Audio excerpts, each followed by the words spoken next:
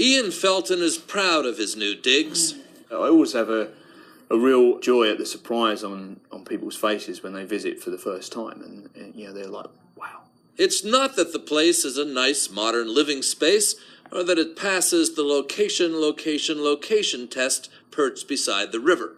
Ian Felton's apartment is a revelation because of what it's made out of.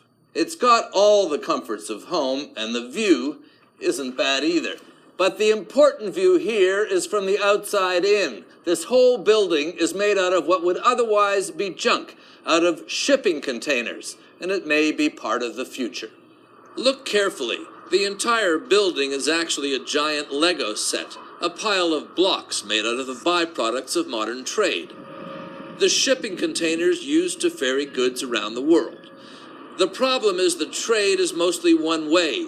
Goods are shipped from the Far East to Europe and America. Sending empty containers back doesn't make sense. It's cheaper to make new ones. To ship 40 feet of air would not be very wrapped sensible. in a steel shell. Exactly. That Not doesn't terribly make any sensible. sense. No. So more sensible to do what we're doing.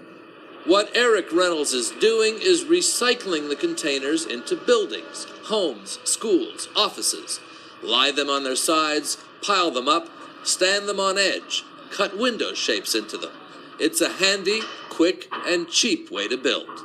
Our aim was to find something that we could construct reliably to good standard, that we could rent to people at a low cost. Several projects have already been built in London. There's a plan for one in New York and inquiries from other places, and satisfied customers who impress their friends. They kind of assume, I guess, that I'm living in some kind of squat, you know, in some rusty old steel box. Then when they actually come into the space, as you can see, it's a lovely home. Unlike the little boxes in the song, these aren't made of ticky-tacky, and they don't all look the same. Mark Phillips, CBS News, London.